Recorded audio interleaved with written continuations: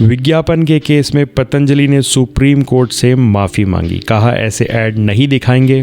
Court ने रामदेव बालकृष्ण को 2 अप्रैल को तलब किया है। सुप्रीम कोर्ट में चल रहे पतंजलि आयुर्वेद के गुमराह करने वाले दवा विज्ञापनों में अब कंपनी ने कोर्ट से अपनी गलती की माफ़ी मांग ली है। पतंजलि आयुर्वेद और उसके एमडी आचार्य बालकृष्ण ने गुमराह करने वाले भ्रामक दवा विज्ञापन के लिए सुप्रीम कोर्ट से बिना शर्त माफ़ी मांगी। इस माफ़ीनामे में विज्ञापन को फिर से प्रसारित न करने का भी वादा किया गया है। आचार्य बालकृष्ण का कहना है कि कंपनी के मीडिया विभाग को सुप्रीम कोर्ट के आदेश की जानकारी नहीं थी। उनका कहना है कि इसका उद्देश्य नागरिकों को पतंजलि के प्रोडक्ट का उपभोग करके स्वस्थ जीवन जीने के लिए प्रोत्साहित करना था। कोर्ट ने 2 अप्रैल को पतंजलि आयुर्वेद के गुमराह करने वाले विज्ञापन मामले में स्वामी रामदेव और पतंजलि के एमडी आचार्य बालकृष्ण को कोर्ट में पेश होने को कहा। कंपनी और आचार्य बालकृष्ण ने नोटिस का जवाब दाखिल नहीं किया, जिसकी वजह से यह आदेश जारी किया गया था। अब उन्हें अगली तारीख पर कोर्ट में पेश होना पड़ सकता है। कोर्ट ने 19 मार्च को हुई सुनवाई में नोटिस जारी करके यह भी पूछा था कि उनके खिलाफ क्यों न अवमानना की कार्रवाई शुरू की जाए।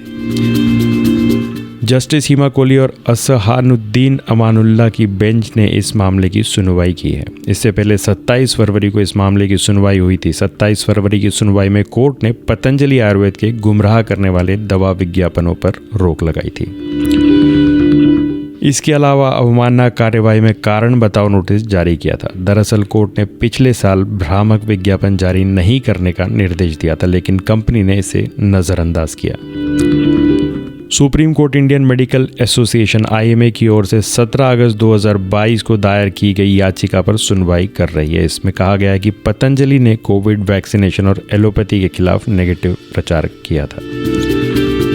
वहीं खुद की आयुर्वेदिक दवाइयों से कुछ बीमारियों के इलाज का झूठा दावा किया था। इससे पहले हुई सुनवाई में IMA ने दिसंबर 2023 और जनवरी 2024 में प्रिंट मीडिया में जानकारी किए गए विज्ञापनों को कोर्ट के सामने पेश किया।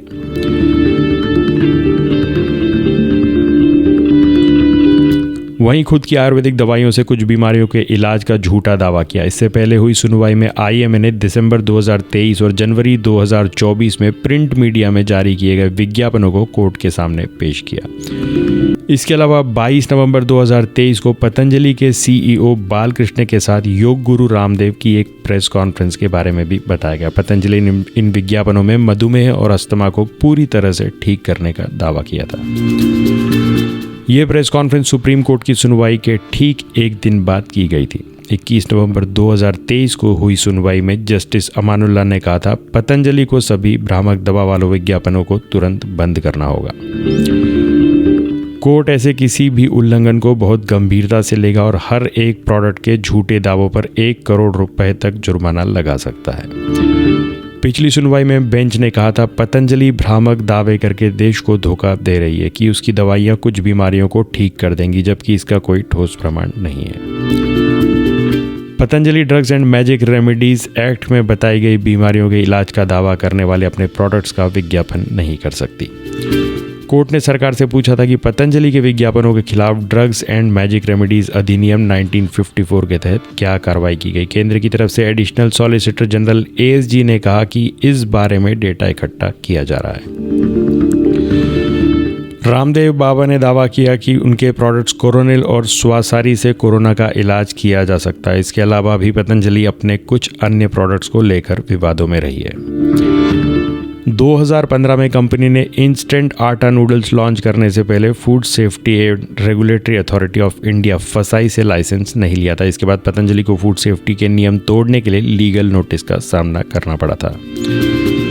2015 में कैंटीन स्टोर्स डिपार्टमेंट ने पतंजलि के आंवला जूस को पीने के लिए अनफिट बताया था। इसके बाद CSD ने अपने सारे स्टोर से आंवला जूस हटा दिया था। 2015 में ही हरिद्वार में लोगों ने पतंजलि घी में फंगस और अशुद्धियां मिलने की शिकायत की थी।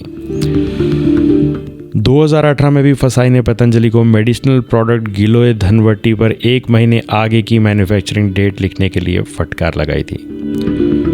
कोरोना के अलावा रामदेव बाबा कई बार योग और पतंजलि के प्रोडक्ट से कैंसर, एड्स और होमोसेक्सुअलिटी तक ठीक करने का दावा लेकर विवादों में रहे हैं। तो आज के लिए बस इतना ही। तब तक के लिए हंसते रहें, मुस्कुराते रहें, स्वस्थ रहें, व्यस्त रहें और जी हाँ, चैनल को भी ज़रूर सब्सक्राइब करें।